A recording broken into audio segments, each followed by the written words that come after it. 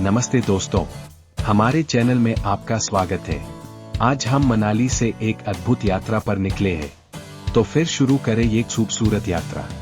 सुबह के 6 बजे है और हम लोग दिल्ली से रात भर के बस सफर के बाद आखिरकार मनाली पहुंच गए हैं। सुबह सुबह की ठंडी हवा और चारों ओर बर्फ से ढके पहाड़ों ने आते ही मन मोह लिया। हमने पहले ही होटल और टैक्सी बुक कर रखी थी, इसलिए हमारी होटल की टैक्सी हमें लेने के लिए समय पर पहुंच गई। अब हम टैक्सी में बैठकर होटल की ओर जा रहे हैं। यह है हमारा होटल, हम यहाँ पहुंच चुके हैं। होटल पहुंचते ही हमें गर्मागर्म चाय दी गई, लेकिन यहाँ आकर पता चला कि हम तय समय से पहले पहुंच गए हैं। हमारा कमरा अभी तैयार नहीं है और इसे तैयार होने में करीब 30 मिनट लगेंगे। इसलिए हमने तय किया कि जब तक हमारा कमरा तैयार हो, तब तक आसपास थोड़ा घूम ले। उस समय सूर्योदय का अद्भुत नजारा हो रहा था और चारों तरफ का दृश्य बेहद सुंदर और सुकून भरा था।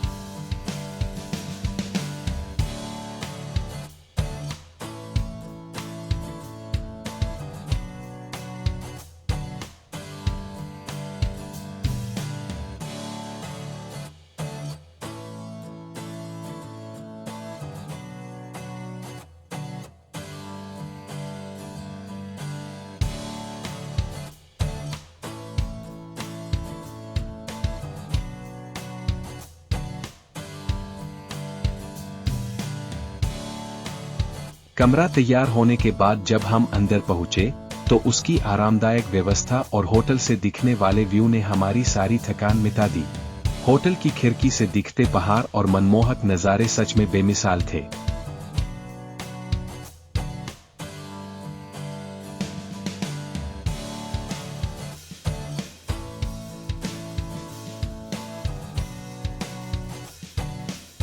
हम लोग तैयार होने के बाद हमारी टैक्सी भी आ गई और हम घूमने के लिए निकल पड़े।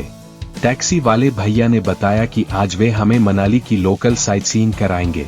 आज के प्लान में हिडिंबा मंदिर, मठ, monastery, local market, mall road और वन विहार जैसी जगह शामिल है।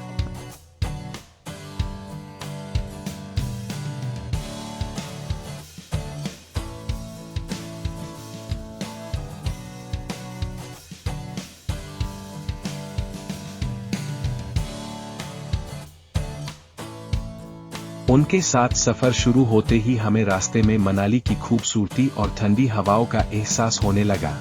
हर जगह की अपनी अलग कहानी और सुंदरता है, जो इसे यादगार बनाती है।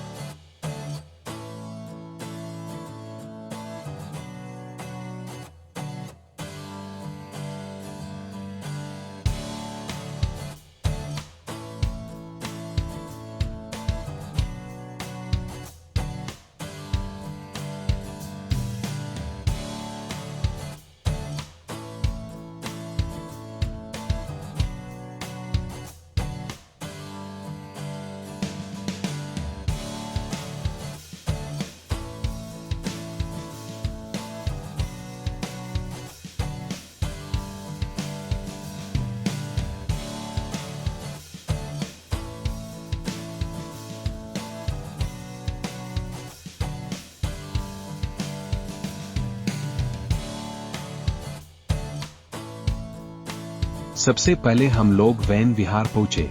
टिकट लेने के बाद हमने एंट्री की। अंदर जाते ही चारों तरफ ऊंचे ऊंचे देवदार के पेड़, हरे भरे वातावरण और शांति का एहसास होने लगा। वैन विहार का नजारा बेहद सुकून देने वाला था। वहां एक छोटा सा झील भी है जहां बोटिंग की सुविधा है। हमने बोटिंग का आनंद लिया और चारों ओर की प्राकृतिक खूबसूरती को निहारा। ठंडी हवाओं के साथ हरियाली के बीच बिताया गया समय सच में बहुत खास था। वैन विहार की यह शुरुआत हमारे दिन को और भी खास बनाने वाली थी। वैन विहार की स्थापना स्थानीय प्रशासन द्वारा की गई थी ताकि मनाली की प्राकृतिक सुंदरता को संरक्षित किया जा सके और पर्यटकों को शांति भरा अनुभव प्रदान किया जा सके। इसे खासतौर पर हरियाली और देवदार के घने जंगलों के लिए जाना जाता है। इस पार्क का मुख्य उद्देश्य पर्यावरण संरक्षण है। यहाँ लगे ऊंचे ऊंचे देवदार के पेड़, जो 100 साल से भी ज्यादा पुराने हैं, न केवल मनाली की प्राकृतिक सुंदरता बढ़ाते हैं, बल्कि यह क्षेत्र के पारिस्थितिकी तंत्र को भी बनाए रखते हैं। वैन विहार हिमाचल प्रदेश की हरियाली और जैव विविधता का प्रतीक है। वैन विहार मनाली के मुख्य शहर से सिर्फ 1 से 2 किलोमीटर की दूरी पर स्थित है। यहाँ पहुँचने के लिए आप टैक्सी या पैदल भी जा सकते हैं। पार्क में एंट्री के लिए एक मामूली टिकट शुल्क है, जो इसे पर्यटकों के लिए किफायती बनाता है। पार्क का समय सुबह 8 बजे से शाम 7 बजे तक है और बोटिंग का समय अलग से निर्धारित होता है। तो दोस्तों, वैन विहार नेशनल पार्क प्रकृति के करीब आने और अपनी भागदौड़ भरी जिंदगी से सुकून पाने के लिए एक बेहतरीन जगह है। अगर आप मनाली आ रहे हैं तो इस जगह को अपनी लिस्ट में जरूर शामिल करें। अगर आपको यह वीडियो पसंद आया हो तो इसे लाइक करें, चैनल को सब्सक्राइब करें और कमेंट में बताएं कि आपको वैन विहार का कौन सा हिस्सा सबसे ज्यादा पसंद आया।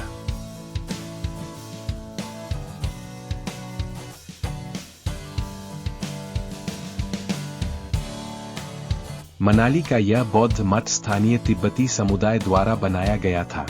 यह जगह बौद्ध धर्म और तिब्बती संस्कृति की झलक दिखाती है। मठ का वातावरण इतना शांत है कि यहाँ आकर मन को तुरंत सुकून महसूस होता है। मठ की दीवारों पर की गई पेंटिंग्स, जिन्हें थनका कहा जाता है, बौद्ध धर्म के इतिहास और शिक्षाओं को दर्शाती है। यहाँ का मुख्य आकर्षण है प्रार्थना चक्र। कहते हैं कि इसे घुमाने से सकारात्मक ऊर्जा मिलती है और मन शांत होता है। मठ के अंदर जाते ही एक अलग ही ऊर्जा का एहसास होता है। भिक्षुओं की चांटिंग, प्रार्थना और वातावरण की शांति आपको कुछ देर के लिए बाहरी दुनिया से अलग कर देती है। हमने भी कुछ समय यहाँ बिताया और प्रार्थना में शामिल हुए। मठ के चारों तरफ सुंदर बगीचे और पहाड़ों का दृश्य इसे और भी खास बनाता है। यहाँ बैठकर हमने आसपास की खूबसूरती को निहारा और कुछ यादगार पल कैमरे में कैद किए।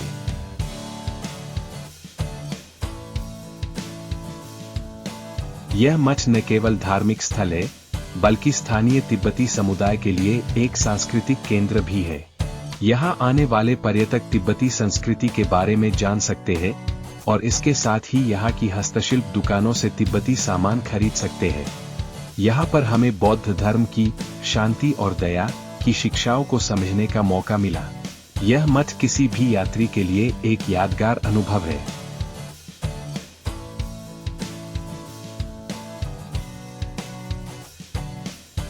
मनाली की खूबसूरत वादियों के बीच यहाँ की लोकल मार्केट और मॉल रोड शॉपिंग और खाने पीने के लिए सबसे मशहूर जगह है। ये जगह पर्यटकों के लिए किसी जन्नत से कम नहीं। तो चलिए आपको ले चलते हैं मनाली के बाजारों की सैर पर। मॉल रोड मनाली का सबसे लोकप्रिय शॉपिंग डेस्टिनेशन है। यहाँ आपको हर तरह की चीजें मिलती है, चाहे वह गर्म ऊनी कपड़े हो, खूबसूरत शॉल, हैंडमेड जैकेट्स या फिर लोकल तिब्बती आर्ट्स और हैंडीक्राफ्ट्स। यहाँ की दुकानों में तिब्बती प्रार्थना झंडे, लोकल गहने और हिमाचली टोपी जैसी चीजें खरीदने लायक है। अगर आप सर्दियों के कपड़ों की तलाश में है तो यहाँ के ऊनी मोजे, स्वेटर और स्कार्फ आपकी लिस्ट में जरूर होने चाहिए।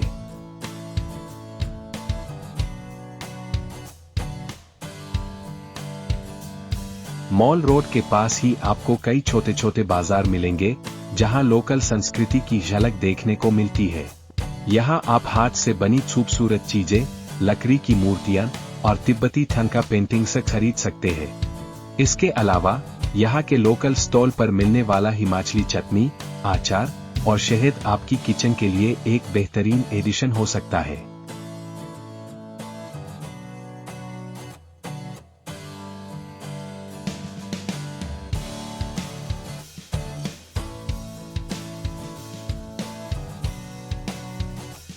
शॉपिंग के बाद अगर आप भूख महसूस कर रहे हैं, तो मॉल रोड के फूड स्टॉल और कैफे आपको खुश कर देंगे। यहाँ आपको हर तरह के खाने का स्वाद मिलेगा, जैसे तिब्बती मोमोज, थुक्पा, गर्मागर्म चाय और लोकल हिमाचली डिशेज। अगर आप कुछ खास ट्राई करना चाहते हैं, तो यहाँ की स्टीम्ड मोमोज और मसाला चाय जरूर पिए। वहीं अगर आप कैफे के शौकीन हैं, तो मॉल रोड पर कई खूबसूरत कैफे हैं, जहां आप बैठकर कॉफी के साथ पहाड़ों का नजारा देख सकते हैं।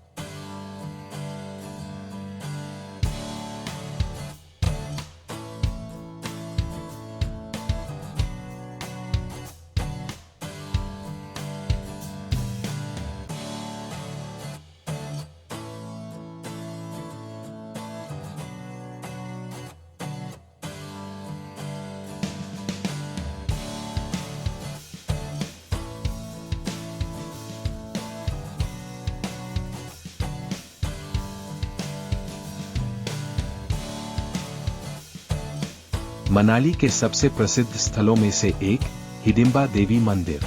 यह मंदिर अपने ऐतिहासिक और आध्यात्मिक महत्व के साथ साथ अपनी अनोखी वास्तुकला के लिए भी जाना जाता है। चारों ओर ऊंचे देवदार के पेड़ों से घिरा यह मंदिर आपको एक अलग ही दुनिया में ले जाता है। हिडिंबा देवी मंदिर का निर्माण 1553 में राजा बहादुर सिंह ने करवाया था। यह मंदिर महाभारत के एक पात्र हिडिंबा को समर्पित है, जो भीम की पत्नी थी। कहा जाता है कि हिडिंबा देवी ने तपस्या कर देवी का दर्जा प्राप्त किया और उनका यह मंदिर मनाली में उनकी पूजा के लिए बनाया गया। यह मंदिर हिमाचल प्रदेश की संस्कृति और परंपरा का एक अहम हिस्सा है। हर साल यहाँ हजारों भक्त दर्शन करने आते हैं। हिडिंबा देवी मंदिर की वास्तुकला इसे और भी खास बनाती है। यह पूरी तरह से लकड़ी और पत्थर से बना हुआ है। इसकी छत पगोडा शैली में बनी है, जो इसे हिमाचली और तिब्बती वास्तुकला का अद्भुत उदाहरण बनाती है। मंदिर की दीवारों पर की गई नक्काशी बहुत ही खूबसूरत है। 4 मंजिला यह मंदिर आसपास के देवदार के जंगलों के बीच एक अद्वितीय अनुभव प्रदान करता है। हिडिंबा मंदिर सिर्फ एक धार्मिक स्थल नहीं है, बल्कि यह एक प्राकृतिक स्थल भी है। मंदिर के चारों ओर देवदार के घने जंगल है, जहां शांति और सुकून का अनुभव होता है। यहाँ की ठंडी हवाएं और पेड़ों की महक आपको प्रकृति के और करीब ले आती है। मंदिर के पास ही एक खुला क्षेत्र है, जहां स्थानीय लोग याक राइड, पारंपरिक कपड़ों में फोटोशूट और छोटी छोटी दुकानें लगाते हैं। यहाँ से आप हिमाचली संस्कृति की झलक भी देख सकते हैं।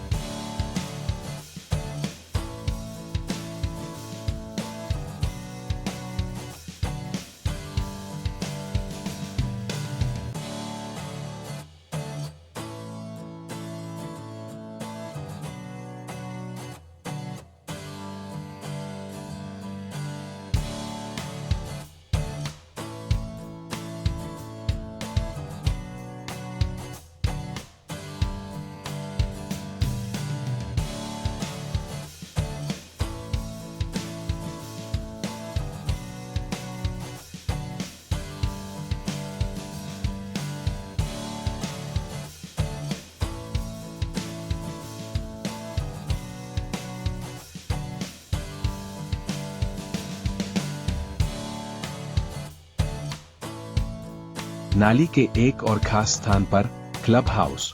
यह जगह मनोरंजन, खेल और शांति का एक परफेक्ट मिश्रण है। यहाँ हर उम्र के लोगों के लिए कुछ न कुछ है। तो चलिए जानते हैं क्लब हाउस की खासियतों के बारे में। क्लब हाउस मनाली के सबसे लोकप्रिय पर्यटन स्थलों में से एक है।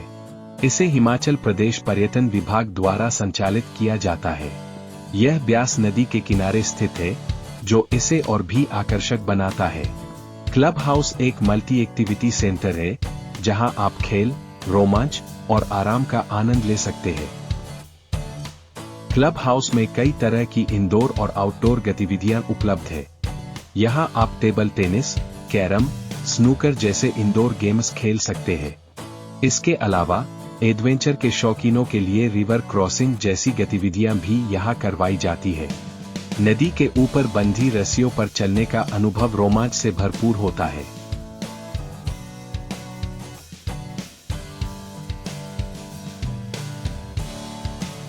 क्लब हाउस में एक छोटा शॉपिंग जोन भी है, जहां आप हिमाचली हस्तशिल्प, ऊनी कपड़े और स्मृति चिन्ह खरीद सकते हैं। यहां मिलने वाले तिब्बती आर्ट्स और हैंडीक्राफ्ट्स आपकी यात्रा को यादगार बना देंगे। अगर आप शॉपिंग के शौकीन हैं, तो क्लब हाउस में समय जरूर बिताएं।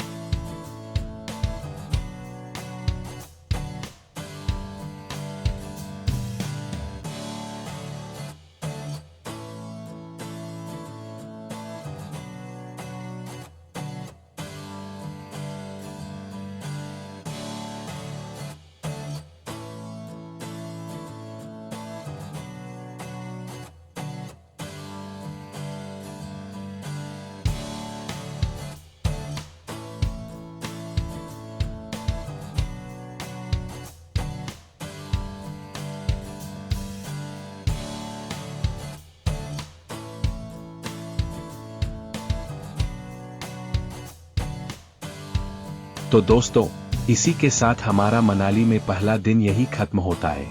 आज हमने कई शानदार जगहों की सैर की, वैन विहार, बौद्ध मठ, माल रोड, हिडिंबा देवी मंदिर और क्लब हाउस। हर एक जगह ने हमें अलग अलग अनुभव और यादें दी। अब हम अपने होटल वापस आ गए हैं और इस खूबसूरत दिन की यादें समेटकर आराम कर रहे हैं। हमें उम्मीद है कि आपको यह वीडियो पसंद आई होगी। अगर हाँ, तो इसे लाइक करें, हमारे चैनल को सब्सक्राइब करना न भूलें और कमेंट में जरूर बताएं कि आपको हमारे पहले दिन की कौन सी जगह सबसे ज्यादा पसंद आई। हम कल फिर नई जगहों की सैर पर निकलेंगे और आपके साथ अपने सफर की हर एक खूबसूरत झलक साझा करेंगे। तब तक के लिए धन्यवाद और अलविदा।